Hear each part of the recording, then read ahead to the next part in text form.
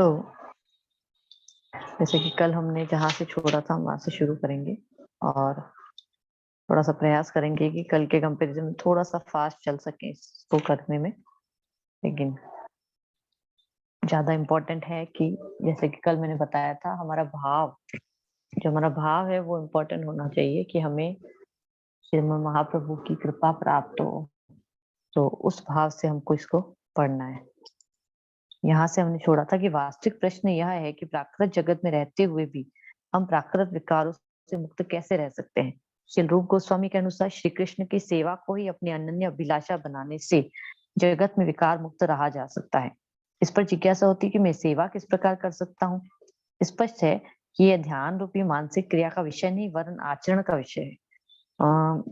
ये क्या शब्द बोल रहे हैं? ध्यान रूपी मानसिक क्रिया का विषय नहीं है, यानी कि मन से अपन अपनी मर्जी से मनोधर्म जिसको बोलते हैं ना, उससे हम ये नहीं सोच सकते कि अरे बस अब तो आज से मैंने सोच लिया है कि मुझे ना भक्ति करनी है और मैं भक्ति कर लूंगा। नहीं, आचरण, वो जब तक आपके आचरण में नहीं आएगा चीज तब तक वो फलीभूत नहीं होगा। सॉरी। श्री कृष्ण सेवा में अनुराग श्री कृष्ण की सेवा करने से ही होता है। ऐसी सेवा में समुच्चय पदार्थों का उपयोग करना चाहिए। जो कुछ भी है, जो कुछ हमारा है, वह श्री कृष्ण सेवा में लगना चाहिए। इस प्रकार टाइपराइटर, वाहन, वायुयान होना चाहिए, वायुयान, अस्त्र आदि सब पदार्थों का सदुपयोग किया जा सकता है। लोगों से श्री कृष्ण भक्ति की चर्चा करना भी एक प्रकार की सेवा है। इस विधि से यदि हमारे मन, इंद्रियां, वाणी, धन, सारी शक्ति श्री कृष्ण सेवा में संलग्न है तो फिर हमारी स्थिति प्राकृत जगत में नहीं है। कृष्ण भावनामृत की महिमा से हम माया के परे हो जाते हैं। यह तथ्य है कि श्री कृष्ण, उनके अंश और उनके सेवक भक्त माया में स्थित नहीं है, यद्यपि अल्पज्ञ लोग उन्हें ऐसा समझते हैं। तो ये बहुत इंपॉर्टेंट चीज है कि मन, इंद्रियां, वाणी, धन और सारी शक्ति पूरी तरह से भगवान की सेवा में संलग्न है तो फिर हम एक्चुअली में यहाँ होते हुए भी हम आध्यात्मिक जगत में होते हैं। हमारी हमारी चेतना का स्तर आध्यात्मिक जगत में होता है, हमारे शरीर चाहे इस भौतिक जगत में हो। श्री चैतन्य चरितामृत में हमें शिक्षा मिलती है कि आत्मा अमृत है और वैकुंठ जगत में उसकी क्रियाएं भी अमृत होती हैं। पर तत्व को निर्विशेष और निराकार मानने वाले मायावादी कहते हैं कि आत्मज्ञानी जीव के लिए बोलना अनावश्यक है, किंतु कृष्ण भक्त वैष्णव के मतानुसार भगवत प्राप्ति हो जाने पर ही यथार्थ बोलना प्रारंभ होता है। ये थोड़ा सा लाइनिंग में समझ में नहीं आ रही है, लेकिन मैं बताती हूँ। आत्मज्ञान जो है वो सोचता है कि हमको बोलना ही नहीं है, क्योंकि माया में बोलेंगे तो भी फंसेंगे, तो इसलिए बोलना ही नहीं है। लेकिन कृष्ण भक्त क्या करता है, भगवान की मर्जी आ जाती है अगर उसके पास, तो वो जहाँ पे जरूरत है वहां पे बोलना प्रारंभ करता है। क्या? कृष्ण की कथा। ठीक है ना? तो वैष्णव कहते हैं कि पूर्व में हम निरर्थक बोलते थे, मतलब बिना मतलब की बातें करते थे, अब यथार्थ चर्चा कृष्ण कथा करते हैं। तो मायावादियों को घट का उदाहरण बड़ा प्रिय है। उनके आधार पर भी कहते हैं कि जल से भरा न होने पर पात्र ध्वनि करता है, सॉरी, जबकि जल से भर जाने पर कोई ध्वनि नहीं करता। किंतु क्या हम जल पात्र हैं? उनसे हमारी तुलना कैसे हो सकती है? उत्तम उपमा वही मानी जाती है जिसमें दोनों पदार्थों की अधिक से अधिक समानताएं हो। जल पात्र हमारे समान क्रियाशील चेतन नहीं है। नित्य मौन यान जल पात्र के लिए उपयुक्त हो सकता है पर हमारे लिए नहीं। वास्तव में भगवत प्राप्त भक्त को श्री कृष्ण विषय कितना अधिक कहना होता है कि 24 घंटे पूरे नहीं पड़ते। मूल लोग ही न बोलने तक पूजित होते हैं, मौन भंग होते ही उनकी अल्पज्ञता प्रकट हो जाती है। श्री चैतन्य चरितम में दिखाता है कि पर तत्व श्री कृष्ण के कीर्तन से अनेक अद्भुत उपलब्धियां होती हैं। तो क्या उदाहरण दे रहे हैं प्रभुपाद यहाँ पे कि मायावादी क्या सोचते हैं, घड़ा, जैसे कि जल, घड़े में अगर जल नहीं भरेंगे तो वो क्या होगा, ध्वनि करता है, लेकिन जल भर जाता है तो ध्वनि नहीं करता है। लेकिन प्रभुपाद फिर नीचे कह रहे हैं कि हम कोई जल के पात्र थोड़ी ना है भाई, हमारी जल के पात्र से तुलना की जा रही है कि वे भर भर दिए जाएंगे तो हम आवाज नहीं करेंगे, वैसे हम आवाज करेंगे। हम तो चेतन है, जल पात्र तो चेतन होता ही नहीं है। तो भगवत प्राप्त मतलब जो भगवत प्राप्त भक्त जो होता है ना, एक्चुअल में वो भगवान के विषय में इतना अधिक बोलता है, मौन नहीं रहता वो। लेकिन वो क्या बोलता है, केवल और केवल कृष्ण से रिलेटेड बातें, वो बिना मतलब की बातें बोलता ही नहीं है। ठीक है। श्री चैतन्य चरितमृत के प्रारंभ में कृष्णदास कविराज गोस्वामी ने लिखा है, मैं अपने गुरुओं की वंदना करता हूँ। अब ये बहुत इंपॉर्टेंट है, यहाँ पे जो भी बताया जा रहा है ऑफकोर्स सब लाइन से प्रभुपाद बता रहे हैं, तो इसकी हर एक की महत्ता है। ऐसे नहीं कि हाँ ठीक है अभी तक तो चैतन्य चेतना में शुरू नहीं हुई है, ये शुरू हो चुकी है, क्योंकि हमको भाव जो है वो पकड़ना है, वो इम्पोर्टेंट है। ठीक है ना। तो श्री चैतन्य चरितमृत के प्रारंभ में कृष्णदास कविराज गोस्वामी ने लिखा है, मैं अपने गुरुओं की वंदना करता हूँ। गुरु परंपरा को व्यक्त करने के लिए उन्होंने बहुवचन का प्रयोग किया। उन्होंने अपने गुरु को नहीं अपितु श्री कृष्ण से प्रारंभ हुई संपूर्ण शिष्य परंपरा को प्रणाम किया। सारे वैष्णव के प्रति लेखक के परम आदर भाव को प्रकट करने के लिए गुरु का निर्देश बहुवचन में है। तो गुरुओं ऐसे बोला है ना, तो सब गुरु ओम अज्ञानतिमिरान्धस्य ज्ञानांजन शलाकया चक्षुरुन्मीलितं येन तस्मै श्री गुरुवे नमः। ये हम करते हैं, तो इसका मतलब हम सारे परंपरा को प्रणाम करते हैं। गुरु परंपरा की वंदना के उपरांत लेखक अन्य शब्द भक्तों, गुरु भाइयों, भगवत अंशों और श्री कृष्ण शक्ति के प्रथम प्रकाश की वंदना करते हैं। श्री गौर सुंदर चैतन्य महाप्रभु इन सबके मूर्त रूप हैं। वे भगवान श्री कृष्ण गुरु, भक्त और भगवत अवतार हैं। पार्षद सॉरी पहला है, अब देखिए, पंच तत्वात्मकम कृष्णम भक्त रूप स्वरूपकम भक्त अवतारम भक्ताख्यम नमामि भक्त शक्तिकम। ये श्लोक आता है पंच तत्व प्रणाम का। एक तो वो होता है, हम बोलते ही हैं जय श्री कृष्ण चैतन्य प्रभु नित्यानंद श्री अद्वैत गदाधर शिवासादि गौर भक्तवृंद। ये तो हमारा श्लोक होता है जो हम चैंटिंग से पहले बोलते हैं।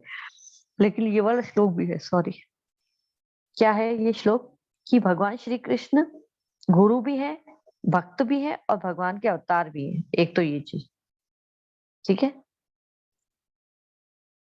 अपने पार्षद, मेरे ख्याल से यहाँ पे थोड़ा सा गड़बड़ मैंने पढ़ ली। श्री गौर सुंदर चैतन्य महाप्रभु इन सबके मूर्त रूप हैं। वे भगवान श्री कृष्ण गुरु, भक्त और भगवत अवतार है। मतलब किसके लिए बोला जा रहा है? महाप्रभु के लिए बोला जा रहा है कि एक तो वो स्वयं भगवान कृष्ण है, दूसरा गुरु भी है, गुरु की भूमिका में आते हैं, भक्त की भूमिका में आते हैं और भगवान के अवतार के भूमिका में भी आते हैं। अपने पार्षद श्री नित्यानंद प्रभु के रूप में वे प्रथम शक्ति प्रकाश है। तो मैंने पहले बताया था कि बलराम जी हैं जो प्रथम विस्तार होते हैं। तो इसी तरह से नित्यानंद प्रभु जो हैं वो भी प्रथम शक्ति प्रकाश कहलाते हैं। अद्वैत प्रभु के रूप में अवतार हैं। श्री अद्वैत प्रभु के रूप में अवतार हैं। श्री गदाधर के रूप में अंतरंग शक्ति है और श्रीवास के रूप में तटस्थ जीव है। अभी थोड़ा सा यहाँ पे रुकते हैं और मैं थोड़ा सा इसको एक्सप्लेन करती हूँ। पंच तत्वात्मकम कृष्णम भक्त रूप स्वरूपकम भक्त अवतारम भक्ताख्यम नमामि भक्त शक्तिकम। तो भक्त रूप कौन है? चैतन्य महाप्रभु। भक्त स्वरूप कौन है? नित्यानंद प्रभु। अब नित्यानंद प्रभु मैंने बताया था बलराम जी के अवतार हैं, तो इसलिए नित्यानंद प्रभु। भक्त अवतार कौन है? अद्वैत आचार्य। तो अद्वैत आचार्य कौन है? एक्चुअली सदाशिव और विष्णु के रूप है वो।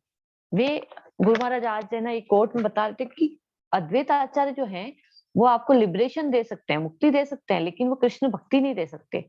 इसीलिए वो कृष्ण को बुलाते हैं।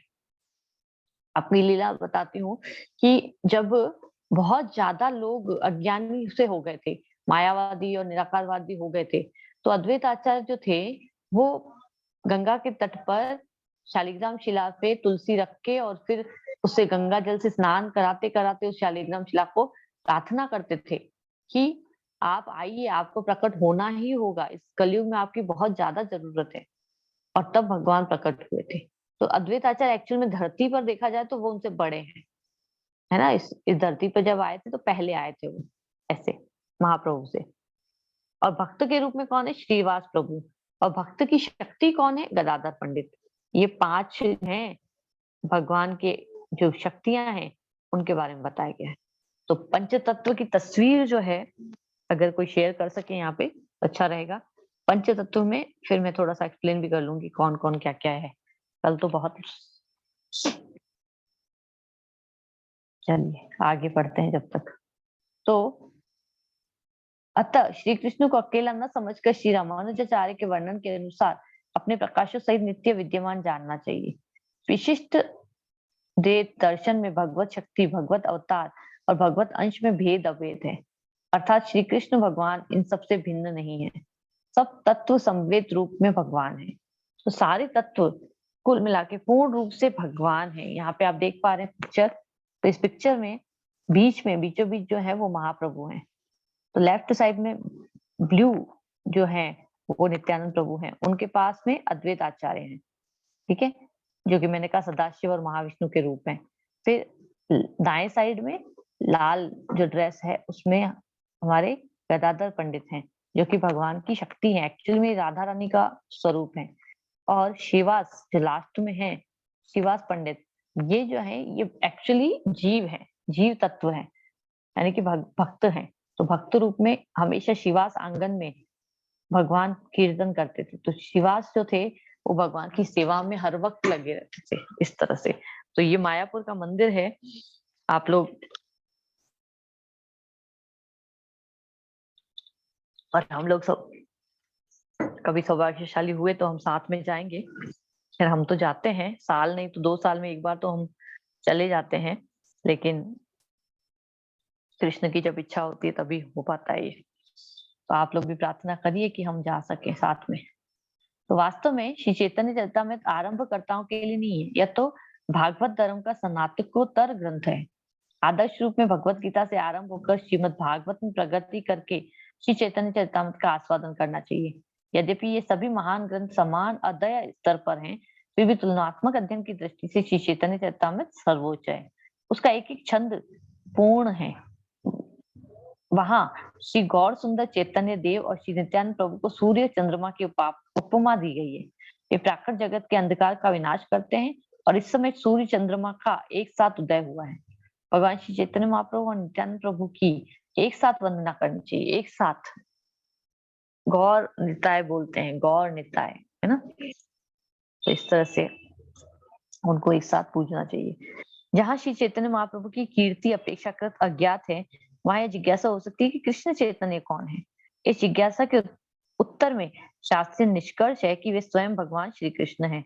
सामान्यतः उपनिषदों में भगवान के निराकार पक्ष का विवरण है, किंतु साकार शिव विग्रह का ईशोपनिषद में वर्णन है। सर्वव्यापक के वर्णन के बाद वहां श्लोक आता है, हिरण्यमयेन पात्रे सत्यस्यापि हितं सुखम तत्त्वं पुष्यन प्रावरणु सत्य धर्माय तुष्टे। हे सर्वपालक प्रभु, आपका यथार्थ मुख और आपके दैदीप्यमान प्रकाश से ढटका हुआ है। कृपया उस आवरण को दूर करके शुद्ध भक्तों को अपना दर्शन दीजिए। ये प्रार्थना कर रहे हैं यहाँ पे। निर्विशेषवादियों में इतना सामर्थ्य नहीं कि ब्रह्म ज्योति का अतिक्रमण करके इस ज्योति के स्रोत भगवान को प्राप्त करें, परंतु ईशोपनिषद के अंत में एक श्लोक में श्री भगवान का वर्णन है। वहां निर्विशेष ब्रह्म का वर्णन है। ब्रह्म को तो श्री चैतन्य के श्री विग्रह का दैदीप्यमान प्रकाश समझना चाहिए। भाव यह है कि भगवान श्री कृष्ण चैतन्य महाप्रभु ब्रह्म की प्रतिष्ठा है। भगवद गीता में श्री कृष्ण का कथन है कि वे ब्रह्म के आश्रय हैं। जीव मात्र के हृदय में तथा ब्रह्मांड के प्रत्येक परमाणु में स्थित परमात्मा श्री चैतन्य का आंशिक प्रकाश है। अतः श्री कृष्ण चैतन्य ब्रह्म तथा भगवत तत्व की भी प्रतिष्ठा है। पर तत्व होने के कारण वे श्री, यश, वीर्य, रूप, ज्ञान और त्याग इन 6 ऐश्वर्य से पूर्ण है। संक्षिप्त वे स्वयं भगवान श्री कृष्ण है। उनके समान अथवा उनसे श्रेष्ठ कुछ भी नहीं है। उनसे श्रेष्ठ पर तत्व की कल्पना भी संभव नहीं है। वही परम ईश्वर है। तो ईशोपनिषद जब हम पढ़ेंगे तब हम इस पे ज्यादा चर्चा करेंगे, लेकिन अभी जो बताया जा रहा है कि जीव मात्र के हृदय में और ब्रह्मांड के प्रत्येक परमाणु में स्थित परमात्मा श्री चैतन्य का आंशिक प्रकाश है। हम सब क्या है, भगवान का एक प्रकाश है। भगवान के शरीर से निकलने वाली प्रकाश का एक पुंज, जो कह सकते हैं ना, एक डॉट, वो है। और श्री कृष्ण चैतन्य ब्रह्म तथा भगवत तत्व की भी प्रतिष्ठा है। मतलब दोनों में, चाहे कोई ब्रह्म के रूप में उनको पूजे, चाहे वो भगवान का ज्ञान प्राप्त करने के लिए पूजे, किसी भी तरह से वो भगवान चैतन्य को पूज सकता है। ठीक है ना। अंतरंग भक्त श्री रूप गोस्वामी ने, जिन्हें श्री चैतन्य महाप्रभु से 10 दिवस तक शिक्षा मिली, लिखा है, नमो महावदन्याय कृष्ण प्रेम प्रदायते कृष्णाय कृष्ण चैतन्य नामने गौरव नमः। कौन? परम ईश्वर श्री कृष्ण चैतन्य महाप्रभु श्री कृष्ण सहित अन्य सब अवतारों से विशिष्ट महादाता है, क्योंकि वे उस कृष्ण प्रेम का सर्वत्र मुक्त हस्त से वितरण कर रहे हैं, जैसा कभी किसी ने नहीं किया। मैं उन्हें श्रद्धा पूर्वक प्रणाम करता हूँ। तो भगवान जो है चैतन्य महाप्रभु, वो किससे, बाकी भगवान के सारे अवतारों सहित वो क्या है, विशिष्ट है। विशिष्ट क्यों है? क्योंकि महावदान्य है। वदान्य का मतलब क्या होता है? दान देने वाले। तो जो कोई भी उनकी शरण में चला जाता है, उसको वो कृष्ण प्रेम का दान दे देते हैं। एक्चुअली में ये इस तरह से है। तो हमें इसलिए महाप्रभु के चरणों को पकड़ लेना चाहिए। श्री चैतन्य महाप्रभु भगवत प्राप्ति के किसी लंबे और विस्तृत मार्ग का उपदेश नहीं करते। उनकी शिक्षा पूर्णतः पारमार्थिक है और उनका आरंभ शिक्षक के चरणों में शरणागति से होता है। वे कर्म योग, ज्ञान योग, हठ योग का वर्णन नहीं करते। उनकी शिक्षा का प्रारंभ प्राकृत जीवन के अंत अर्थात संपूर्ण प्राकृत विषय आसक्ति का त्याग कर देने पर होता है। तो हम सोचते हैं कि भगवत भक्ति, अरे भगवान की भक्ति के लिए इन सब चीजों की जरूरत नहीं है। कर्म योग, ज्ञान योग, हठ योग आदि, उनका क्या जरूरत है? केवल अपने आप को डिटैच करके रखना इस भौतिक जगत से, इस चीज की जरूरत है। ठीक है ना? तो भगवत गीता में श्री कृष्ण ने अपनी शिक्षा देह और आत्मा में भेद से प्रारंभ की है। 18वें अध्याय में जीव को भक्ति पूर्वक अपने शरणागत हो जाने के उद्देश्य से समाप्त की है। मायावादी तो वहीं सारी वार्ता समाप्त कर देते, किंतु वास्तव में उस स्तर पर तो यथार्थ वार्ता का प्रारंभ होता है। वेदांत सूत्र का प्रारंभ अथातो ब्रह्म जिज्ञासा। श्री रूप गोस्वामी ने श्री कृष्ण चैतन्य को महावदांत अवतार कहकर उनकी स्तुति की है। सर्वोत्तम भक्ति का निर्देश करके वे जीव को महादान कर रहे हैं। वस्तुतः भगवान में आस्था रखने वाला प्रत्येक व्यक्ति भक्ति में स्थित है। भगवान की महानता को स्वीकार करना कोई बड़ी बात नहीं। आचार्य के रूप में श्री चैतन्य ने हमें शिक्षा दी कि श्री कृष्ण से संबंध स्थापित कर हम वास्तव में उनके मित्र बन सकते हैं। भगवत गीता में श्री कृष्ण ने अर्जुन को अपने विश्व रूप का दर्शन कराया, क्योंकि अर्जुन उनके अति प्रिय मित्र थे। इस विश्व रूप का दर्शन कर अर्जुन श्री कृष्ण से मैत्री जन्य प्रमादि के लिए क्षमा याचना करने लगे थे। मतलब जब पता चला अर्जुन को कि भगवान तो ये तो स्वयं भगवान है, तो उन्होंने जो माफी मांगी थी, क्षमा मांगी थी, वो इसलिए मांगी थी कि मैंने आपके साथ ऐसा व्यवहार किया जैसे आप मित्र हो। कभी मैं आपके ऊपर चढ़ के खेलता था, कभी आपको हरा देता था, कभी कुछ इस तरह से। ठीक है। गौरव बुद्धि के बिना श्री कृष्ण की शुद्ध मैत्री भी हम प्राप्त कर सकते हैं, यहाँ तक कि उनके पिता बन सकते हैं। यह श्री चैतन्य चरितामृत ही का नहीं अपितु श्रीमद् भागवत का भी सिद्धांत है। संसार के किसी अन्य साहित्य में भक्त द्वारा भगवान के साथ पुत्रवत व्यवहार नहीं मिलता। प्राय भगवान को पुत्रों की इच्छाएं करने वाला सर्वसम्मत पिता समझा जाता है, किंतु महाभागवत कभी कभी भक्ति योग में भगवान से पुत्रवत व्यवहार करते हैं। तो यहाँ पे कुछ ऐसे एग्जाम्पल दिए गए हैं वात्सल्य रस में, जैसे कि जननी यशोदा मैया होती है, नंद बाबा हैं, वो इस तरह से उनको डांटते हैं जैसे कि भाई उनके बिना तो उनका काम ही नहीं चलना है ना। आज हमारे घर में भी अगर छोटा बेबी आता है तो हमको लगता है ना कि हाँ इसका काम हमारे बिना नहीं चलेगा, तो हर जगह पे हम उसका ध्यान रखते हैं। वो चीज है, इस तरह से बता रहे हैं। इस प्रकार सर्वेश्वर होने पर श्री कृष्ण भक्त कृपाश्रित है। मैत्री के इस अद्वितीय श्रेष्ठ स्तर पर भक्त अपने को श्री कृष्ण का पिता मानता है। श्री चैतन्य का परम दान तो उनकी यह शिक्षा है कि श्री कृष्ण में प्रियतम भाव भी किया जा सकता है।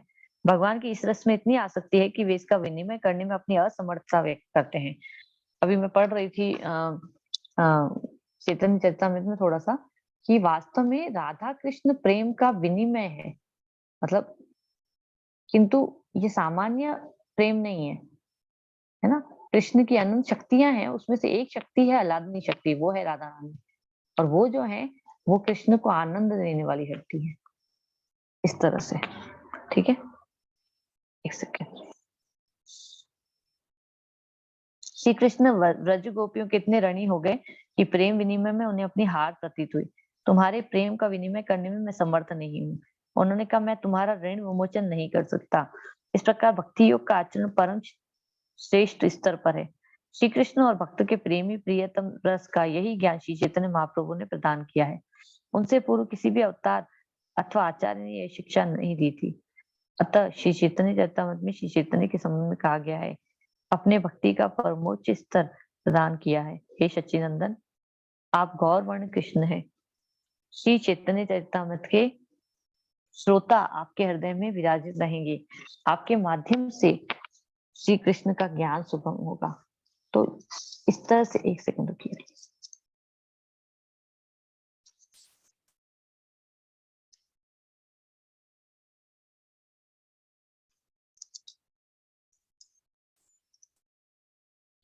एक श्लोक आता है चैतन्य चरितमृत में भी, मैं भी पढ़ रही थी। कृष्ण वर्ण त्विषा कृष्णम सांगोपांगस्त्र पार्षदम यज्ञ संकीर्तन प्रायेय अजंती ही सुमेधस। बहुत सुंदर श्लोक है ये। इसका मतलब क्या है कि कलयुग में बुद्धिमान व्यक्ति ईश्वर के उन अवतार की पूजा करने के लिए सामूहिक कीर्तन करते हैं जो कृष्ण नाम का निरंतर गान करते हैं। सही, ईश्वर के उस अवतार की पूजा करने के लिए सामूहिक कीर्तन करते हैं जो कृष्ण नाम का निरंतर गान करते हैं। यद्यपि उनका शरीर श्याम वर्ण का नहीं है, किंतु वे स्वयं कृष्ण है। उनके साथ उनके लिए पार्षद, सेवक, आयु तथा विश्वस्त संगी रहते हैं। तो जो बुद्धिमान होता है वो केवल और केवल सामूहिक कीर्तन के द्वारा भगवान को प्रसन्न करता है। ठीक है।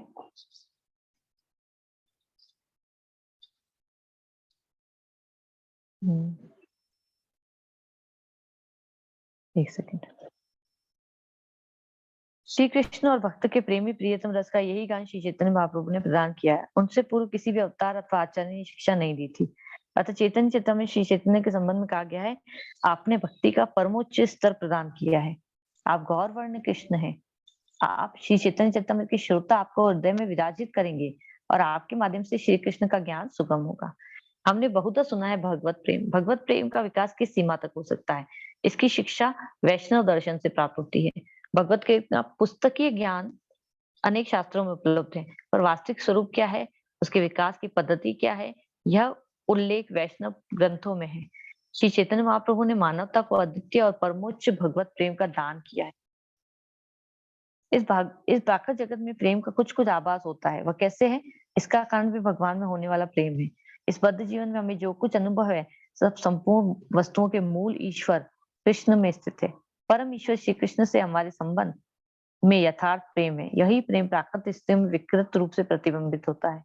हमारा वास्तविक प्रेम अप्रतिहत और नित्य है, किंतु प्राकृत जगत में विकृति पूर्वक प्रतिबिंबित होने के कारण वह प्रतिहत और दूषित हो जाता है। यदि हमें यथार्थ दिव्य प्रेम की वांछा हो तो अपना प्रेम परम प्रेम पात्र स्वयं भगवान श्री कृष्ण की ओर मोड़ना होगा। यह कृष्ण भावनामृत का प्रधान सिद्धांत है। क्या सिद्धांत है? कि हमें अगर दिव्य प्रेम चाहिए, जो हम बार बार बात कर रहे हैं, महाप्रभु का प्रेम, महाप्रभु की कृपा, उसके लिए क्या करना है? तो अपना प्रेम परम प्रेम पात्र स्वयं भगवान श्री कृष्ण की ओर मोड़ना होगा। तो हम जो अपना प्रेम इन छोटी छोटी चीजों में लगा के बैठे हैं ना, ये कर लूं, वो कर लूं, ऐसा वैसा, इसमें उसमें, उससे हमारे प्रेम को वो डायरेक्शन नहीं मिलती है। इसलिए हमें अपना प्रेम किस तरफ मोड़ना है? भगवान की तरफ मोड़ना है। ठीक है। आगे बढ़ते हैं। देहात्म बुद्धि में हम सबसे प्रेम करने का प्रयत्न कर रहे हैं जो कदापि प्रेम पात्र नहीं है। हम कुत्ते बिल्लियों से प्रेम करते हैं, जिससे यह भय बना रहता है कि मृत्यु काल में उन्हीं के चिंतन से कुत्ते बिल्ली के परिवार में हमारा जन्म होगा। अतः श्री कृष्ण के अतिरिक्त अन्य विषय प्रेम अधः पतन का कारण बनता है। कुत्ते बिल्लियों का प्रेम का उदाहरण क्यों दिया प्रभुपाद ने? कि हम हिरण, भरत राजा भरत के बारे में सुनते हैं, हिरण में आसक्ति हुई और हिरण बन गए। तो उसी प्रकार से जब हमारी आसक्ति होती है, कई लोगों को बहुत ज्यादा आसक्ति होती है, फिर उनका डॉग या कैट इनकी डेथ हो जाती है तो वो उसमें भी परेशान हो जाते हैं। तो ऐसे तो फिर आप कहेंगे अच्छा फिर तो जीवों से प्रेम नहीं करना चाहिए। करना चाहिए, आसक्ति नहीं रखनी है। जीव से प्रेम करने का मतलब है आपको अगर उसको किसी प्रॉब्लम है तो थोड़ा इलाज करवाना, या फिर ना रोटी दे देना, ये सब है। लेकिन पालना जरूरी नहीं है, उससे आसक्ति बढ़ती है चीजों में। ठीक है। ये सत्य नहीं कि श्री कृष्ण कोई दुर्बोध तत्व है अथवा उनकी प्राप्ति कुछ एक गुने चुने लोगों के लिए ही है। आप लोग एक सेकेंड रुकिएगा प्लीज।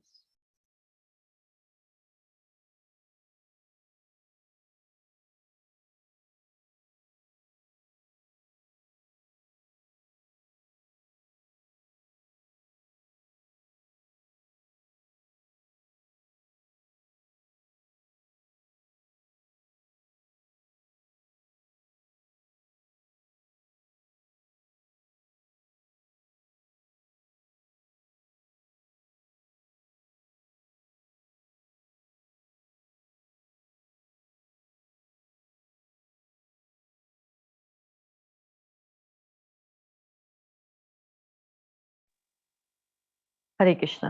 सॉरी। तो यह सत्य नहीं कि श्री कृष्ण कोई दुर्बोध तत्व है और उनकी अथवा उनकी प्राप्ति कुछ एक गिने चुने लोगों के लिए।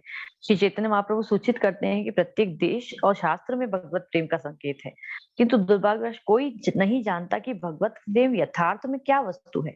पर वैदिक शास्त्रों की यह विशिष्टता है कि वे जीव मात्र को भगवत प्रेम के मार्ग में भली भांति निर्देश करते हैं। अन्य शास्त्र प्रेम प्राप्ति की पद्धति और भगवत तत्व का वर्णन नहीं करते। औपचारिक रूप में वे भगवत प्रेम का प्रचार करते हैं, परंतु उसकी यथार्थ पद्धति का उन्हें कुछ भी ज्ञान नहीं है। श्री चैतन्य महाप्रभु ने माधुर्य भाव में श्री भगवान से प्रेम का व्यवहारिक प्रदर्शन किया है। उन्होंने श्रीमती राधा रानी का भाव स्वीकार कर राधा रानी की भांति श्री कृष्ण से प्रेम किया। श्रीमती राधा रानी के प्रेम से श्री कृष्ण सदा विस्मित रहते थे। अब इसको मैं ना शॉर्ट में बता देती हूँ इस लीला को, कि हमेशा राधा रानी के प्रेम को देख के भगवान सोचते थे, इसमें दो लीलाएं आती है एक्चुअली। तो एक लीला में भगवान उनको कहते हैं कि राधा रानी तुम मुझसे कितना प्रेम करती हो, क्या मैं उनको ना लूंगा जितना भी तुम प्रेम करती हो। तो राधा रानी कहती ठीक है। राधा रानी प्रेम का विस्तार करती हैं तो भगवान नाप लेते हैं। जब तक भगवान नापते हैं तब तक राधा रानी फिर से विस्तार कर देती हैं। इतने में भगवान फिर नापते हैं तो राधा रानी फिर से विस्तार कर देती हैं। इस तरह से भगवान आज तक नाप नहीं पाए और राधा रानी विस्तार करती जाती है और भगवान नापते जाते हैं। तो ये कॉम्पिटिशन चलता ही रहता है, ठीक है ना। दूसरा एक और लीला आती है इसमें कि रुक्मणी, कृष्णा बुक में भी हमने पढ़ी थी ये लीला, कि एक बार रुक्मणी देवी द्वारकाधीश को कहती हैं कि भगवान आप पे ना बहुत ज्यादा कठोर हैं और आप नहीं जानते कि मैं, राधा रानी, गोपियां, हम सब रानियां आपसे कितना प्रेम करती हैं, और इसलिए आप मतलब आप उस भाव को समझ ही नहीं सकते। तो इसलिए फिर भगवान रुक्मणी को कहते हैं कि मैं इस भाव को समझने के लिए कलयुग में अवतरित होऊंगा। ये चीज है। और एक बार ऐसा भी होता है कि भगवान एक बार किसी जलाशय के पास से गुजर रहे होते हैं, वहां पे अपना प्रतिबिंब देखते हैं उसमें पानी में। तो जैसे ही देखते हैं तो बोलते हैं यार मैं तो बहुत सुंदर हूँ। अब भगवान को लगता है यार मैं सुंदर हूँ लेकिन मैं अपनी सुंदरता को भोग नहीं सकता हूँ, और बाकी सब लोग भोगते हैं। राधा रानी को बहुत मजा आता होगा। सबसे पहले उनका ध्यान जाता है गोपियों के, गोप सखाओं के ऊपर। कहते हैं मेरे जो गोप सखा हैं, मेरे जो दोस्त हैं, उनको तो बहुत मजा आता होगा मेरे साथ। फिर सोचते हैं अच्छा गोपियां, उनको तो और आनंद आता है क्योंकि वो तो मेरे लिए जीती है। फिर उनमें भी राधा रानी, वो तो मेरे बिना रह ही नहीं सकती एक क्षण के लिए भी। अब राधा रानी को हमको इस तरह से नहीं सोचना है, आह्लादनी शक्ति है राधा रानी भगवान की। इसका मतलब है कि गोलोक वृंदावन धाम में राधा रानी भगवान के साथ नित्य वास करती हैं और एक तरह से भगवान की पत्नी है वो, गोलोक वृंदावन धाम में आप ये कह सकते हैं। उनके ही शरीर से निकला हुआ उनका विस्तार है, जैसे कि बलराम जी हैं उसी तरह से राधा रानी है। ये चीज है। तो श्रीमती राधा रानी मुझे इतने आनंद रस का आस्वादन कैसे कराती है, उनकी ये जिज्ञासा थी। इसलिए क्या किया भगवान ने फिर राधा रानी को आदेश दिया। राधा रानी को कहा कि राधे क्या तुम किस लिए हो। तो राधा रानी कहा आपकी प्रसन्नता के लिए। बोला क्या मैं अभी प्रसन्न दिख रहा हूँ तुमको। बोला नहीं प्रभु, आप आदेश कीजिए क्या कर सकती हूँ। तो उन्होंने बोला कि तुम अभी के अभी खत्म हो जाओ। राधा रानी अपने आप को पिघला देती है, और जब पिघलाती है राधा रानी तो, क्योंकि राधा रानी तप्त कांचन गौरांगी है ना, तो सोने की तरह गोरी है। तो उनका शरीर जब पिघलता है तो स्वर्ण की तरह पिघलने लगता है। तो भगवान क्या करते हैं, उस गौर वर्ण को अंगीकार करते हैं, सोचते हैं कि मैं इस भाव को पकड़ लूंगा। तो भगवान जैसे ही पकड़ते हैं तो राधा रानी का भाव के साथ साथ उनके अंग कांति मतलब उनके शरीर भी भगवान का काले से गोरे हो जाते हैं भगवान। तो इसलिए गौरांग महाप्रभु अवतरित होते हैं। तो यही भगवान के आने का अंतरंग प्रयोजन है। क्या? राधा रानी के भाव को समझने के लिए श्री कृष्ण ने उनका भाव अंगीकार किया और स्वयं उसका आस्वादन किया। अब भक्त होके कृष्ण कृष्ण कृष्ण कृष्ण कृष्ण कृष्ण कर रहे हैं हर जगह, हर जगह। और कोई अगर उनको बोल दे कि आप ही तो कृष्ण है तो अपने कान बंद कर देते थे। क्यों? क्योंकि राधा रानी कभी भी अपने आप को भगवान से श्रेष्ठ नहीं सुन पाती हैं। तो यहाँ पे भगवान ने क्या किया, भगवान है कृष्ण, लेकिन उन्होंने भाव किसका स्वीकार कर लिया? राधा रानी का। और इस वजह से वो गोरे हो गए और साथ ही भाव कौन सा हो गया? भक्त का भाव हो गया। अभी चैतन्य महाप्रभु जो हैं वो गोरे का गौर वर्ण के होते हैं और साथ ही साथ वो राधा रानी का भाव लिए होते हैं। ये सबसे इम्पोर्टेंट चीज है जो हमको समझनी है। यही भगवान के अवतार का अंतरंग प्रयोजन है। क्या? भाव अंगीकार किया और आस्वादन भी खुद ही करने राधा रानी के भाव का। नहीं तो भगवान के प्रति जो प्रेम है राधा रानी का, वो उसका आस्वादन। चैतन्य स्वयं श्री कृष्ण है, किंतु श्री कृष्ण से प्रेम की पद्धति को प्रकट करने के लिए उन्होंने राधा भाव स्वीकार किया। अतः उनके चरणों में प्रार्थना की जाती है, मैं राधा भाव भावित श्री कृष्ण की वंदना करता हूँ। इस प्रकार जिज्ञासा होती है कि श्री राधा और श्री राधा कृष्ण का तत्व वस्तुतः क्या है। वास्तव में श्री राधा कृष्ण प्रेम रस विनिमय है, यह प्राकृत प्रेम नहीं है। श्री कृष्ण की अनंत शक्तियों में 3 प्रधान है, अंतरंगा, बहिंगा और तटस्था। अंतरंगा शक्ति त्रिविध है, संवित, हंदादिनी और संदिनी। आह्लादिनी शक्ति आनंददायिनी है और यह आनंद वांछा की शक्ति अखिल जीवों में है, क्योंकि सभी आनंद के अभिलाषी है। इसको समझा देती हूँ पहले कि भगवान राधा कृष्ण का तत्व क्या है, ये बता रहे हैं कि श्री राधा कृष्ण प्रेम रस विनिमय है, मतलब कि प्रेम का बस आदान राधा और कृष्ण इस तरह से है। और कोई बाहर का भौतिक जगत का प्राकृत प्रेम नहीं है, ये आध्यात्मिक प्रेम है। ये वो प्रेम नहीं है जो शरीर के आकर्षण से होता है। यहाँ पे राधा रानी तत्पर रहती हैं कृष्ण की सेवा के लिए और कभी उनसे कोई डिमांड नहीं करती है। मतलब ऐसा नहीं कि मैं तो आपके लिए ये कर रही हूँ तो अभी मेरे को भी आपसे ये चाहिए। प्रभु आप बोलिए, और ना बोले उससे पहले राधा रानी समझ जाती है। तो ये राधा रानी का मूड रहता है। तो राधा रानी क्या है? एक्चुअली में 3 भगवान की शक्तियां होती है, अंतरंगा, बहिरंगा और तटस्था। तो तटस्था शक्ति कौन है? हम जीव। जीव जो है ना तटस्था है। तटस्था का मतलब होता है कि हमको अभी वो अपॉर्चुनिटी मिली हुई है जिसमें हम भौतिक की तरफ भी जा सकते हैं और आध्यात्मिक की तरफ भी जा सकते हैं। तो भौतिक कौन सी होती है? बहिरंगा शक्ति, यानी कि ये पूरा भौतिक जगत है बहिरंगा शक्ति। आध्यात्मिक शक्ति कौन सी है? अंतरंगा शक्ति, जिसके बारे में अभी हम डिस्कस करेंगे। और हम लोग कौन है? तटस्था शक्ति है। तो हम बीच की है। अभी हमारे पास चॉइस है, हमारे पास स्वतंत्रता है कि हम इधर जाएं या इधर जाएं। तभी हम मनुष्य रूप में कहा जाता है स्वतंत्रता है, यूज कर लो भगवान के पास जाने के लिए। नहीं तो इसी भौतिक जगत में बिल्ली बन के वापस आना पड़ेगा। डिपेंड आपने कौन सा काम किया है और कौन सा कर्म कैसे आपके कितने जन्मों के बाद लगता है उसके भी। लेकिन जब हम भक्ति में हो जाते हैं तो हमारे कर्म जो है नलीफाई होते जाते हैं और उसके बाद फिर नए कर्म बनते नहीं है। लेकिन साधक के लिए ये नहीं है। जब तक साधक पूरी तरह से अपने गुरु की शरण में नहीं जाता है तब तक उसको ये नहीं सोचना चाहिए कि अब मैं भक्ति करने लग गया हूँ तो इसका मतलब मुझे अब कोई मेरे ऊपर कोई रिस्पॉन्सिबिलिटी नहीं है। ऐसा नहीं होता है।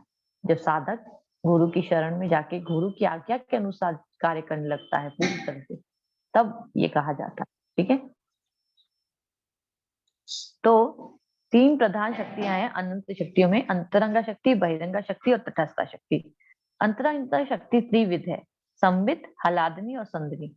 हलादनी शक्ति आनंददायिनी है। यह आनंद वांछा की शक्ति अखिल जीवों में है, क्योंकि सभी आनंद के अभिलाषी है। यह जीव का स्वभाव है। वर्तमान प्राकृत स्थिति में हम देह द्वारा अपनी हलादनी शक्ति के आस्वादन का प्रयत्न कर रहे हैं, अर्थात देह और विषयों के संग के द्वारा विषयों से आनंद प्राप्ति के लिए प्रयत्न कर रहे हैं। अब हमने क्या किया? हमारे पास देह है और इंद्रियां हैं। इंद्रियों से इंद्रिया किसकी तरफ आकर्षित होती है? इंद्रिय विषयों की तरफ। जीवा खाने के लिए आकर्षित होगी, आंख देखने के लिए आकर्षित होगी। ऐसे तो देखने के लिए क्या? देखने के लिए देखने वाली वस्तु। जीवा से क्या? जीवा से खाना, भोग करना, ये सब है ना। तो विषयों के संग के द्वारा विषयों से आनंद प्राप्ति ये हम कर रहे हैं। लेकिन हमें यह नहीं समझना चाहिए कि सच्चिदानंद घन श्री कृष्ण भी हमारे समान इस प्राकृत स्तर पर आनंद आस्वादन करते हैं। वो घन है भाई। हम तो सच्चिदानंद हैं आत्मा के रूप में, लेकिन वो सच्चिदानंद घन है। घन मतलब सोर्स है जहां से वो सच्चिदानंद प्रस्फुटित होता है। तो इसलिए हमको ये नहीं सोचना चाहिए कि अच्छा अच्छा अच्छा भगवान भी हमारी तरह ही देखो राधा रानी के साथ एंजॉय कर, वो तो स्रोत है आनंद का। श्री कृष्ण ने प्राकृतिक जगत को नश्वर और दुखालय कहा है, अतः प्राकृतिक देह में वे आनंद की वांछा क्यों करेंगे? वे परमात्मा है, उनका आनंद आस्वादन देहात्म बुद्धि से परे है। श्री कृष्ण रसामृत की प्राप्ति की पद्धति जानने के लिए हमें श्रीमद् भागवत दशम स्कंद का अध्ययन करना चाहिए। हमको नहीं पढ़ना है अभी, लेकिन बताया जा रहा है सिर्फ। वहां वर्णित श्रीमती राधा रानी और व्रज गोपियों सहित श्री कृष्ण की लीला में श्री कृष्ण की आह्लादनी शक्ति का प्रदर्शन है। दुर्भाग्यवश अल्पज्ञ मनुष्य दसम स्कंद में वर्णित श्री कृष्ण लीला पर सीधा पहुंच जाते हैं। भगवान श्री कृष्ण द्वारा श्रीमती राधा रानी को आलिंगन करने अथवा गोपियों के साथ नृत्य करने को प्राय सामान्य लोग नहीं समझ पाते। वे लीलाओं को प्राकृतिक काम के रूप में ले लेते हैं। मतलब भौतिक जगत का जो काम होता है ना, एक सेकेंड,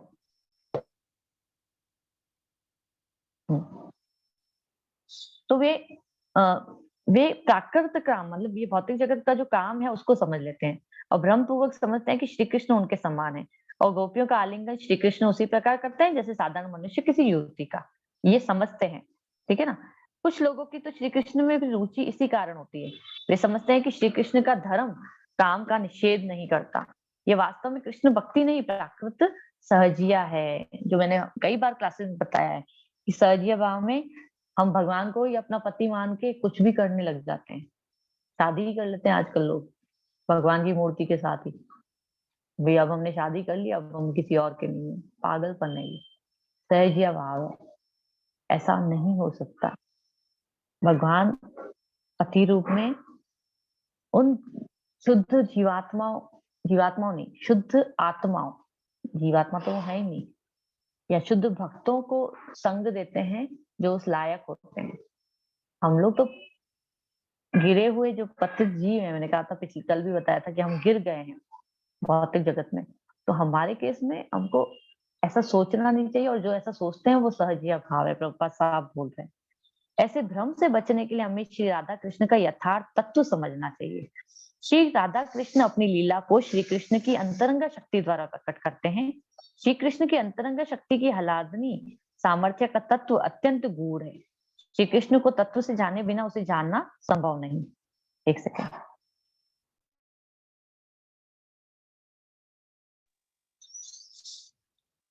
तो श्री कृष्ण इस प्राकृत जगत में लेश मात्र भी आनंद आस्वादन नहीं करते, उनकी अपनी आह्लादनी शक्ति है। जीव श्री कृष्ण के भिन्न अंश हैं, वह अतः आह्लादनी जीवों में भी है। जीव अपरा प्रकृति में उसे प्रदर्शित करने का प्रयत्न कर रहे हैं, जबकि श्री कृष्ण ऐसा निष्फल प्रयास नहीं करते। तो अपरा प्रकृति मैंने कल भी बताया था, अपरा प्रकृति का मतलब ये भौतिक जगत है ना, और हम कौन है? परा। और लेकिन परा होने के साथ साथ क्योंकि हम आत्मा हैं, हम सच्चिद आनंद आत्मा है, तो इसलिए हमारे अंदर वो थोड़ा सा अंश रहता है किसका? आह्लादनी शक्ति का, भगवान की आनंद देने वाली शक्ति। तो इसलिए हम हमेशा आनंद चाहते हैं, जहां पे भी आनंद मिल रहा होता है हम उसकी तरफ भागते हैं, है ना। लेकिन भगवान के केस में ऐसा नहीं है, उनके पास वो तो आनंद के स्रोत हैं खुद ही, तो उनको किसी और से बाहर से लेने की आवश्यकता नहीं है। राधा रानी को उन्होंने अपने में से विस्तार किया है, तो वो उन्हीं को सुख देने के लिए उन्हीं के साथ रहती हैं, वो एक अलग बात है। लेकिन हमारे केस में हम भी भगवान के अंश हैं, हमारे अंदर भी क्योंकि हम भगवान के अंश हैं, जैसे भगवान ने राधा रानी का विस्तार किया और उनके अंदर वह प्रेम है, हमारे अंदर इतना सा मतलब एक ड्रॉप भी हो तो पता नहीं, वो है आत्मा के रूप में, लेकिन वो भी रिवील नहीं होता है क्योंकि हमने कल डिस्कस किया था कि हम भौतिक जगत से ढके हुए हैं, दूषित है हम। इसलिए भगवान श्री कृष्ण की आह्लादनी का विषय श्रीमती राधा रानी है। वस्तुतः अपनी शक्ति को श्रीमती राधा रानी के रूप में प्रकट करके वे उनसे प्रेम विलास करते हैं, अर्थात श्री कृष्ण इस बहिरंगा शक्ति में आनंद आस्वादन नहीं करते, अपितु तो अपनी अंतरंगा आह्लादिनी शक्ति को श्रीमती राधा रानी के रूप में प्रकट करते हैं। भाव यह है कि अपनी अंतरंगा आह्लादिनी शक्ति को प्रकट करने के लिए श्री कृष्ण श्रीमती राधा रानी के रूप में प्रकट होते हैं। भगवान राधा रानी के रूप में खुद का ही विस्तार करते हैं, जैसे अभी मैंने बताया था। तो श्री कृष्ण के सब प्रकाश अंश और अवतारों में यह आह्लादनी शक्ति सर्वोत्तम और सर्वप्रधान है। तो सबसे पहले जो मैंने बताया था हमेशा बलराम जी और राधा रानी, इन दोनों का विस्तार भगवान से स्वयं होता है। उसके बाद उनमें से फिर बलराम जी में से और निकलते हैं, राधा रानी में से फिर और गोपियां निकलती हैं, लक्ष्मियां निकलती हैं, रुक्मणी रानियां द्वारका की, सब ये इनके अवतार सारे के सारे। ये राधा रानी के अवतार हैं। और इधर से बलराम जी में से हमने कल डिस्कस किया था विष्णु, नारायण, संकर्षण, प्रद्युम्न, अनिरुद्ध, वासुदेव सब ये निकलते हैं। उनमें से फिर महाविष्णु, महाविष्णु से फिर कारणोदक्षाय विष्णु, गर्भोदक्षाय विष्णु, क्षीरोदक्षाय विष्णु, है ना।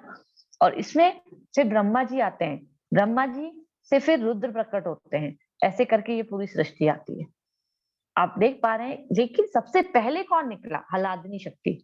तो हलादनी शक्ति इसलिए भगवान से अभिन्न है, एक्चुअली भिन्न नहीं है उनसे। श्री राधानंद स्वयं श्री कृष्ण है, क्योंकि शक्ति और शक्तिमान में भेद नहीं होता। शक्ति के अभाव में शक्तिमान का कोई अर्थ नहीं, और शक्तिमान से रहित शक्ति संभव नहीं। तो भगवान और राधा रानी एक दूसरे के बिना अधूरे हैं, पूरे नहीं है। तो इसलिए श्री राधा के बिना श्री कृष्ण का कोई अर्थ नहीं, और कृष्ण रहित राधा भी निरर्थक। इसलिए कोई राधे राधे बोलता है तो भी अच्छी बात है, लेकिन हमें जैसे हरे कृष्ण जब हम बोलते हैं, हम तो राधा और कृष्ण को हम याद कर रहे हैं। ये चीज है, प्रभुपाद बताते हैं ऐसा। अतएव वैष्णव दर्शन सर्वप्रथम परम ईश्वर श्री कृष्ण का हलादनी और शक्ति की वंदना आराधना करता है। इसलिए श्री भगवान और उनकी शक्ति को सदा राधा कृष्ण संबोधित किया जाता है। ऐसे ही नारायण उपासक लक्ष्मी नारायण कहकर प्रथम लक्ष्मी नाम का उच्चारण करते हैं, और रामो उपासक पहले श्री सीता का नाम लेते हैं, और सीता राम, राधा कृष्ण, लक्ष्मी नारायण, इन सब में सर्वदा शक्ति का स्थान पहले है। पहले पहले हमेशा शक्ति को बोला जाता है, फिर शक्तिमान। श्री राधा कृष्ण एक तत्व हैं। जब भगवान श्री कृष्ण को आनंद आस्वादन की इच्छा होती है तो वे स्वयं राधा रूप से प्रकट होते हैं। श्री राधा कृष्ण का दिव्य प्रेम विलास वास्तव में श्री कृष्ण की अंतरंगा आह्लादनी शक्ति का कार्य है। यद्यपि समझाने के लिए कहा गया है कि जब श्री कृष्ण की इच्छा होती है, पर उनके इच्छा काल का निर्धारण हम नहीं कर सकते। जब भगवान की इच्छा होगी तब वो करते हैं। ऐसा इसलिए कहते हैं कि बद्ध जीवन में हमारी धारणा के अनुसार सबका जन्म हुआ है, पर दिव्य जीवन आदि अंत से रहित है। अभी ऐसे थोड़ी ना है कि भगवान ने अभी कुछ समय पहले सोचा होगा कि मैं राधा रानी का विस्तार करता हूँ और फिर कुछ समय बाद उन्होंने खत्म कर दिया। ऐसा नहीं है, ये नित्य है। जब से हुआ है तब से हुआ ही है, और कब तक रहेगा हमें कोई आइडिया नहीं है ना। इस तरह से तो ये समझने के लिए कि श्री राधा कृष्ण अभिन्न है और समय समय पर विभिन्न हो भी जाते हैं, मन में स्वयं जिज्ञासा होती है कब। तो क्या बता रहे हैं कि कब कब वापस, मतलब अभी तो कह रहे हैं हम अभिन्न हैं, फिर कब वो अलग अलग हो जाते हैं।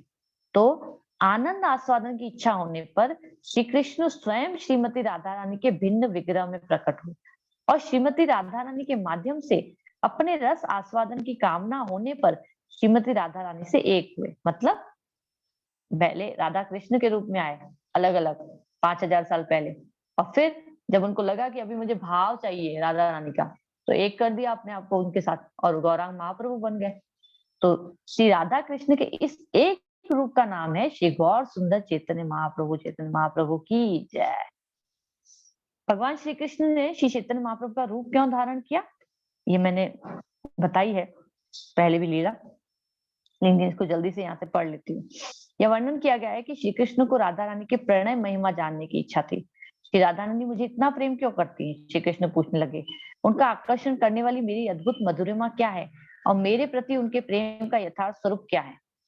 परम पर तत्व स्वरूप श्री कृष्ण का किसी के प्रेम से आकृष्ट होना आश्चर्यजनक है। हम दोषयुक्त तथा अपूर्ण है, इसलिए स्त्री पुरुष के प्रेम की खोज करते हैं। स्त्री के प्रेम की शक्ति और आनंद का पुरुष में अभाव है, इसी कारण पुरुष को स्त्री की वांछा है। किंतु आप्त काम भगवान श्री कृष्ण के विषय में ऐसा नहीं है। भगवान को किसी की आकांक्षा नहीं है, ठीक है। तो श्री कृष्ण ने विस्मय व्यक्त किया कि श्री राधा रानी के प्रति मैं आकृष्ट क्यों होता हूँ, तथा मेरे प्रेम में श्रीमती राधा रानी का यथार्थ आस्वादन कैसा है। मतलब भगवान सोचने लग गए कि मैं उनसे क्यों आकृष्ट होता हूँ, और राधा रानी मेरे पीछे इतना पागल क्यों है ना। उसी प्रेम रस के परम माधुर्य का आस्वादन करने श्री कृष्ण सिंधु से चंद्रमा की भांति प्रकट हुए। चंद्रमा समुद्र मंथन से प्रकट हुआ था, उसी प्रकार श्री राधा कृष्ण के प्रेम विलास के मंथन से श्रीमन महाप्रभु चैतन्य चंद्र प्रकट हुए। वास्तव में श्री चैतन्य महाप्रभु चंद्रमा के समान गौर वर्ण थे। यद्यपि यह अलंकारिक भाषा है, क्योंकि इससे श्री गौर सुंदर चैतन्य महाप्रभु के प्राकट्य का तात्पर्य स्पष्ट हो जाता है। उनके प्राकट्य की संपूर्ण महिमा का आगामी अध्याय में वर्णन होगा, ये ठीक है। तो ये जो है हमने समझ लिया कि भाई भगवान जो हैं जब अलग हुए तो राधा और कृष्ण ने अलग अलग अपना विस्तार कर दिया। जब उनको एक होना था तो उन्होंने महाप्रभु के रूप में अपने आप को एक कर दिया। तो ये महाप्रभु हैं, और महाप्रभु इसलिए महावदान्याय है, क्योंकि क्या बोला जाता है, नमो महावदान्याय कृष्ण प्रेम प्रदायते कृष्णाय कृष्ण चैतन्य नामने गौरत्विष नमः। नमो महावदान्याय, मैं उन गौरांग महाप्रभु की वंदना करता हूँ जो कि महावदान्याय, इतने ज्यादा दयालु हैं, बहुत अधिक दयालु हैं। नमो महावदान्याय कृष्ण प्रेम प्रदायते, वो कृष्ण का प्रेम प्रदान करने वाले हैं, भक्ति करना सिखाते हैं वो। एक्चुअली किस तरह से भक्त को होना चाहिए वो सिखाते हैं। ठीक है, श्री चैतन्य चरितामृत में भगवान के प्रकाशों का भी वर्णन है। ठीक है, श्री चैतन्य महाप्रभु की वंदना के उपरांत कृष्णदास कविराज श्री नित्यानंद प्रभु की वंदना करते हैं। उन्होंने महाविष्णु के स्रोत श्री संकर्षण को नित्यानंद का अंश कहा है। श्री बलराम श्री कृष्ण के प्रथम प्रकाश है, जो मैंने अभी बताया था, सारी वही चीज पढ़ी जा रही है सिर्फ यहाँ पे, तो मैं इसको स्किप कर देती हूँ, क्योंकि अभी अभी मैंने आपको बताया ही था पूरा कि महाविष्णु है, फिर कारणोदक्ष विष्णु, गर्भोदक्ष विष्णु, सब कुछ उसी तरह से, और हर बार क्लास में इसको बताया जाता है, तो थोड़ा सा इसको स्किप कर रही है ना। लेकिन लास्ट में एक चीज बता रहे हैं प्रभुपाद कि महामंत्र हरे कृष्ण कृष्ण कृष्ण हरे हरे, हरे राम राम राम हरे हरे में राम शब्द जो है श्री बलराम का सूचक है, और श्री नित्यानंद कौन है, श्री बलराम के प्रकाश हैं, तो राम शब्द से उनका भी निर्देश है।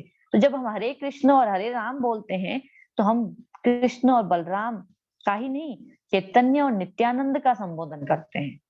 चैतन्य महाप्रभु और नित्यानंद प्रभु को हम याद करते हैं। इसीलिए जब भक्त शुरू शुरू में माला करना शुरू करते हैं ना, तो हम बोलते हैं हरे का मतलब है राधा रानी, कृष्ण का मतलब कृष्ण, और राम का मतलब बलराम जी। तो आप ऐसे सोचिए।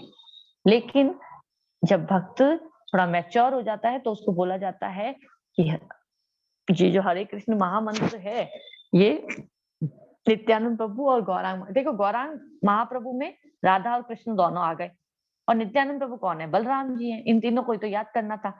लेकिन हमको चैतन्य महाप्रभु या गौर निताय गौर को ही क्यों याद करना है, क्योंकि वो ज्यादा करुणामयी है। हमारी हमारी इतनी एलिजिबिलिटी नहीं है कि हम राधा कृष्ण को याद करेंगे। चलो आज से हम कई बार हम भक्तों को जब चैंटिंग है तो भी हाँ, भगवान के चरणों पे हम ध्यान करते हैं और हम चैंटिंग करते हैं। मतलब मुझे मुझे तो नहीं आता है, पता नहीं कैसे होता है ये, लेकिन जो आचार्य हैं वो ये बताते हैं कि जब हम निताय गौर को याद करते हुए जब हम बोलते हैं श्री कृष्ण चैतन्य प्रभु नित्यानंद श्री अद्वैत गदाधर श्री वासादि गौर भक्त वृंद, चैंटिंग से पहले हमने ये बोला, हमने उनसे प्रणाम किया, हमने उनको कहा पंच तत्व को कि आप कृपा करें ताकि ये नाम प्रभु मेरे कानों के माध्यम से मेरे हृदय में प्रवेश कर सकें।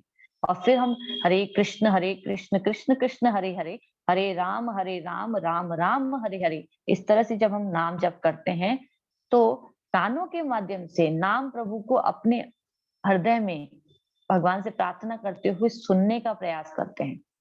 ये सुनना है। और ध्यान किसका लगाना है, अगर हम ध्यान लगाना ही चाहते हैं तो हमें गौर निताय का ध्यान लगाना चाहिए। अब जिसपे भी एक पे भी ऐसे कोई जरूरी नहीं हर वक्त ही पूरा गौर निताय याद आ सकेंगे, लेकिन कभी तुलसी महारानी के आगे हम बैठते हैं तो तुलसी महारानी को प्रार्थना करें, कभी पंच तत्व के आगे हैं तो पंच तत्व को, राधा कृष्ण के आगे हैं तो राधा कृष्ण को, ऐसा कोई वो बाउंडेशन नहीं है इसमें। लेकिन कुल मिला के ये बताया जाता है कि गौर निताय सबसे ज्यादा दयालु है, तो इसलिए उनसे प्रार्थना करके नाम प्रभु को और ज्यादा हम रैलिश कर सकते हैं। ठीक है, ओके आगे बढ़ते हैं। श्री चैतन्य चरितामृत की विषय वस्तु इस प्राकृत सृष्टि से अतीव तत्व है। प्राकृत सृष्टि प्रकाश को माया कहते हैं क्योंकि उसका अस्तित्व नित्य नहीं है, कभी व्यक्त तो कभी अव्यक्त होने के कारण वो माइक है। माइक मतलब माया है। भगवत गीता के निर्देश अनुसार इस अनित्य अभिव्यक्ति से परे एक परा प्रकृति है, और इसके अतिरिक्त एक अन्य अव्यक्त प्रकृति है जो शाश्वत है और इस अव्यक्त और व्यक्त पदार्थ से परे है। यह परा और कभी नाश न होने वाली है। जब इस संसार का लय हो जाता है, सब कुछ लय हो जाता है, तब भी उसका नाश नहीं होता। वह परा प्रकृति व्यक्त अव्यक्त से परे है, जन्म मृत्यु से अतीत, यही सब जीवों के देहों में प्रकाशित चेतना है। जो मैं बता रही थी, परा प्रकृति कौन है, हम स्वयं स्वयं है। तो देह अपरा प्रकृति से बनी है। देह का मतलब ये जो हमारा शरीर है, ये किससे बना हुआ है, पृथ्वी जल अग्नि वायु आकाश, परा अपरा सॉरी, लेकिन परा प्रकृति कौन है? चेतना, जो हमारे अंदर चेतना है मतलब आत्मा, वो परा प्रकृति है, भगवान की शक्ति है। हम अंश हैं भगवान के, इसलिए हम उनकी शक्ति हैं। तो ये परा प्रकृति का लक्षण प्रभुपाद बोल रहे हैं चेतना है। परा प्रकृति को कैसे पहचानेंगे? चेतना है, जहाँ पे चेतना है वहां परा प्रकृति है। अतः पूर्ण रूप से परा प्रकृति द्वारा निर्मित वैकुंठ जगत में भी सभी कुछ चैतन्य है। प्राकृत जगत में निर्जीव पदार्थ अचेतन है, वैकुंठ जगत में ऐसा नहीं है। वहां मेज, भूमि, वृक्ष सब कुछ चेतन है। वहां पे कुछ भी अचेतन नहीं होता है ना। हम कहते हैं ना यहाँ पे तो कुछ चीजें अचेतन है, अचेतन मतलब नहीं चलती है। चेतन के बारे में डेफिनेशन हमने डिस्कस करी थी शुरू में, कल की क्लास में। तो इस प्राकृत सृष्टि की सीमा का अनुमान नहीं किया जा सकता। प्राकृत जगत में सब कुछ कल्पना अथवा किसी अन्य अपूर्ण विधि द्वारा अनुमानित है, परंतु वैदिक शास्त्र तो प्राकृत ब्रह्मांड से अतीत तत्व की भी जानकारी देते हैं। प्रयोग ज्ञान में विश्वास करने वाले वैदिक सिद्धांतों में संदेह कर सकते हैं, क्योंकि वे न तो इस ब्रह्मांड की सीमा का अनुमान कर सकते हैं, न स्वयं ब्रह्मांड में दूर जा सकते हैं। प्रयोग विधि के द्वारा इस ब्रह्मांड से परे के तत्व की जानकारी नहीं हो सकती, और धारणा से अतीत तत्व को अचिंत्य कहते हैं। मतलब कि क्या बताना चाह रहे हैं, मैं शॉर्ट में बताती हूँ कि जो लोग सोचते हैं ना प्रयोग ज्ञान का मतलब क्या, कि आप प्रत्यक्ष देखोगे। भाई हम तो जब तक एक्सपेरिमेंट नहीं करेंगे हमको विश्वास नहीं होगा। तो हम जब तक सामने भगवान कृष्ण को देखेंगे नहीं, हमको विश्वास नहीं होगा कि ये हैं। अभी प्रकट कर लो, तो इंद्रियां भी तो अपूर्ण है, कहाँ से प्रकट करोगे? एलिजिबिलिटी तो है नहीं हमारे अंदर, और हम सोचेंगे कि प्रकट कर लें। तो उनके लिए प्रभुपाद यहाँ पे बोल रहे हैं कि वे प्रयोग विधि के द्वारा ये प्राकृत जो ये भौतिक जगत है ना, इसको ही नहीं जान सकते पूरा। तो आध्यात्मिक जगत को जानना तो बहुत दूर की बात है, बहुत दूर की बात है। हमारे हमारे मतलब सोच के भी परे है ये चीज। हम तो अपने आसपास, जैसे मैंने एक क्लास में बताया था कि हमारे आसपास देवी देवता हैं, हर वक्त क्रियाशील है ना। वो जो लोग हैं उन सबको कार्य दिए गए हैं इस प्रकृति को संचालित करने के लिए। तो हमको दिखाई नहीं देते हैं, इसका मतलब वो है नहीं, ऐसा नहीं है ना। वो है, हमको नहीं दिखाई देते हैं क्योंकि हमारी इंद्रियां अपूर्ण है। ठीक है। अतः अचिंत्य तत्व के विषय में हमें वैदिक सिद्धांतों पर निर्भर रहते हुए परा प्रकृति का ज्ञान तर्क के बिना स्वीकार करना चाहिए। इसलिए शब्द प्रमाण पे विश्वास रखना होगा। बस जैसे मैंने शुरुआत में बताया था, डाउट नहीं होना चाहिए। डाउट होगा तो ज्ञान अंदर नहीं जाएगा। उस विषय में तर्क कैसे किया जा सकता है जिसमें हमारा प्रवेश ही नहीं हो? भैया ये इस चीज को इस तरह से समझेंगे कि बायो के स्टूडेंट को आप है ना ह्यूमैनिटी के बारे में या फिर किसी और चीज के बारे में पूछेंगे तो उसको नहीं आएगा। मैथ्स के स्टूडेंट को बायो के बारे में पूछेंगे तो नहीं आएगा, है ना।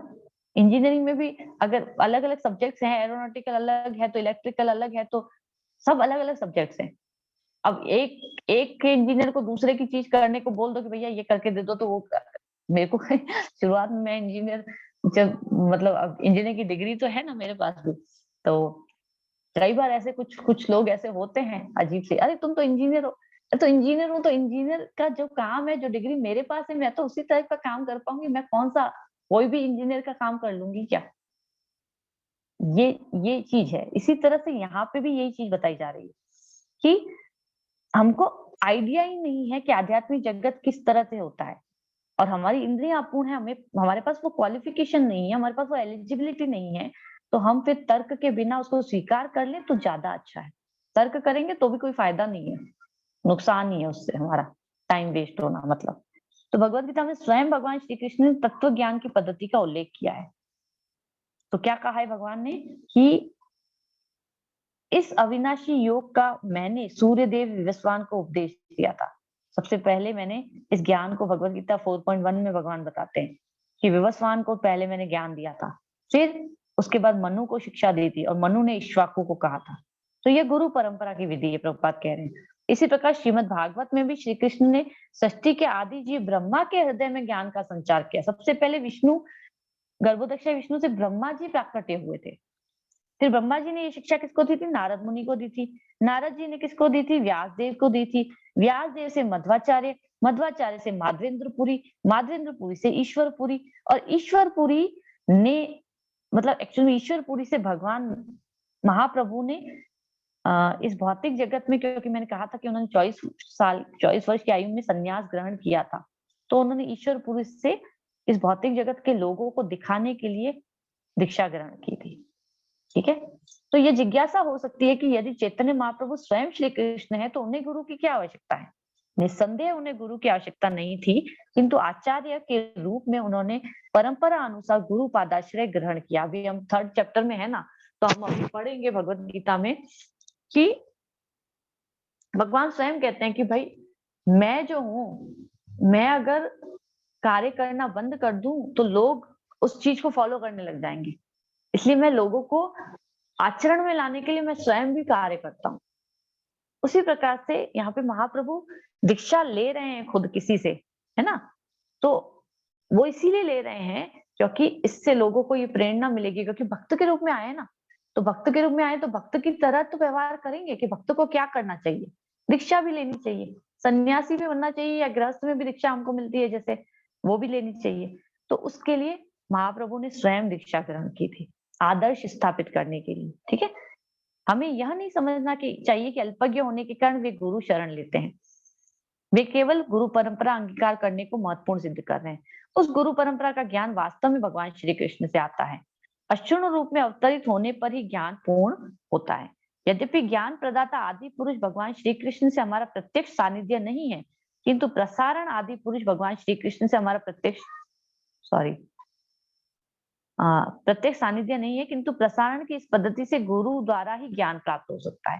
मतलब ये डायरेक्ट हम कांटेक्ट में नहीं है भगवान से, लेकिन कैसे हो रहा है, गुरु परंपरा से बिल्कुल सही एज इट इज ज्ञान आ रहा है, उसमें कोई चेंज नहीं है।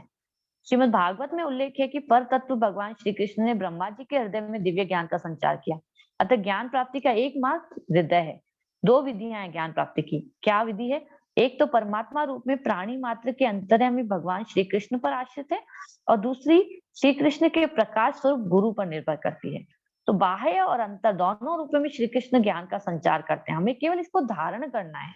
और यदि ये ज्ञान इस विधि से प्राप्त किया जाए तो ये महत्वपूर्ण नहीं रहता कि वह चिंत्य है या नहीं।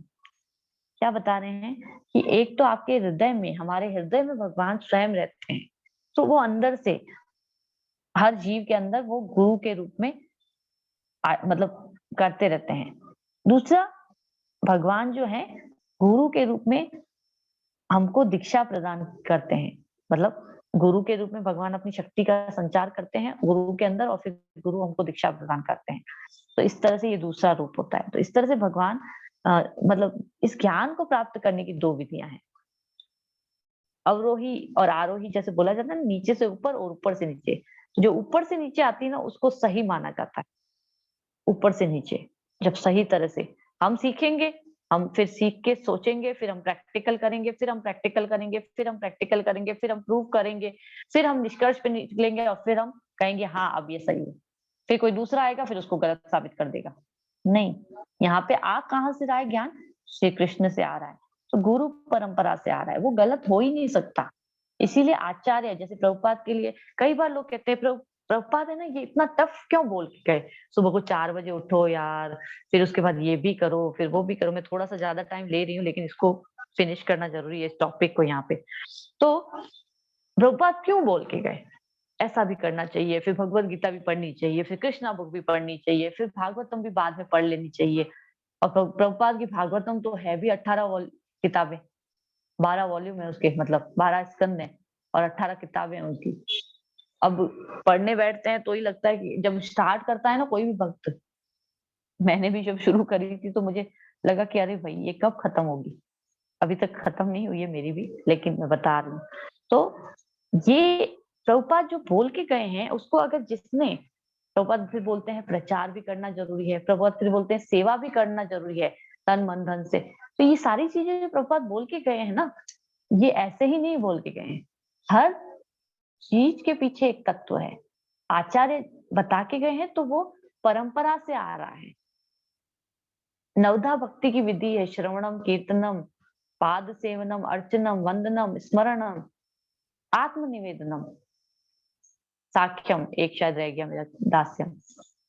तो जो भी है, तो इस तरह से 9 विधि जो हैं, उन 9 विधियों को अलग अलग तरीके से करने के लिए प्रभुपाद ने हमको ये सारी चीजें दी हैं। 4 बजे उठो, फिर ऐसे चैंटिंग करो, पहले पहले नहाओ, फिर ये आरतियाँ करो, फिर उसके बाद चैंटिंग करो, फिर भागवतम की क्लास, भगवान के दर्शन, सब कुछ। फिर आप थोड़ी देर फ्री होके अपने दिन भर के कार्य करो, फिर रात को शाम को फिर संध्या आरती करो, कृष्णा बुक पढ़ो, अपने घर में कीर्तन करो। ये सब कृष्ण भावना भावित होने के लिए है।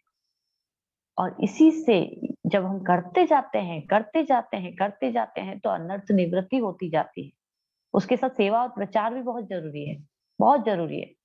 क्योंकि नहीं तो कृष्ण पहले शुरू-शुरू में कृपा देते हैं, चैंटिंग करते रहोगे बहुत मजा आएगा, रीडिंग करोगे बहुत मजा आएगा, लेकिन बाद में वो कृपा छीन लेते हैं, खत्म कर देते हैं। फिर हम सोचते रह जाते हैं, मतलब मेरे साथ तो हर छठे महीने में ये चीज हो जाती है, अभी क्या चाहिए, अब क्या करूं नया? तो फिर वो कुछ नया समझना पड़ता है कि अभी क्या नया मांग रहे हैं। फिर कहीं से रिवील होती है वो चीज, फिर वो करने का प्रयास करते हैं, फिर थोड़े से प्रसन्न होते हैं, फिर थोड़ा सा बूंद टपकाते हैं। ये ऐसे ही है, और ये ऐसे हैं, और इसको ऐसे ही बताया भी गया है आचार्य के द्वारा। और हमको जब इस तरह से हम करते हैं, तो हम एक्चुअली में सही प्रोसेस में जा रहे हैं। एक दिन एक क्लास में राधावत प्रभु की क्लास में सुन रही थी, स्ट्रगल इज अ प्रोसेस। आप थकना नहीं है, आपको आपको चलते रहना है। आज ये काम कर लिया, अच्छा अब तो मैं बस 16 माला पे पहुंच गई, अब खत्म बात। नहीं, खत्म नहीं है, अभी तो शुरू हुई है बात। अभी तो 16 माला पे शुरू हुई है बात। अभी इसके बाद कहाँ-कहाँ जाना है, क्योंकि शुद्ध भक्त तो हर क्षण उस चेतना में रहते हैं। हमको हर क्षण तो हम कब पहुंचेंगे पता नहीं, लेकिन कुछ समय तो हमारे होना चाहिए दिन भर में, जिसमें हम उस चेतना में रह सकें। तो धीरे-धीरे प्रयास करना है। अपने एक चीज जरूर इम्पोर्टेंट है, अपनी जो क्या कहते हैं लिमिट्स होती है ना, उसको थोड़ा सा क्रॉस करके आगे जाने का प्रयास करना चाहिए। तब भगवान ज्यादा प्रसन्न होते हैं। जब तक हम अपने नहीं नहीं भगवान ये नहीं, इतना इतना बहुत है, इतना बहुत है, बस इससे ज्यादा नहीं, तो भगवान भी कहते हैं ठीक है, इतना बहुत है तो मैं भी इतना ही। तो जब हम थोड़ा सा अपने सामर्थ्य से ज्यादा प्रयास करते हैं ना किसी भी चीज को करने का, कि अभी तो करना है, थोड़ा सा नुकसान होगा तो होगा, और वो नुकसान कुछ होने नहीं देते हैं वो हमारा, लेकिन हमको ऐसा लगता है कि नुकसान हो जाएगा हमारा। वो कुछ नुकसान नहीं होने देंगे कहीं से भी, चाहे शरीर से देख लो, धन से देख लो, प्रचार से देख लो, सेवा से देख लो, कहीं से नुकसान नहीं होने देंगे। लेकिन क्योंकि हमको डाउट रहता है, इसलिए हम सोचते हैं ऐसा। फिर जब हम करते हैं तो वो रिवील करते हैं अपने आप को, फिर हम करते हैं, फिर वो रिवील करते हैं। ये प्रोसेस है, ये प्रोसेस है। ठीक है ना? तो अभी मैंने ज्यादा टाइम ले लिया आज आप लोगों का, 10 मिनट, लेकिन हमने क्लास भी लेट शुरू करी थी आज थोड़ा सा। तो आप सभी का बहुत बहुत धन्यवाद। किसी का कोई प्रश्न है तो पूछ सकते हैं, नहीं तो हम समाप्त करेंगे।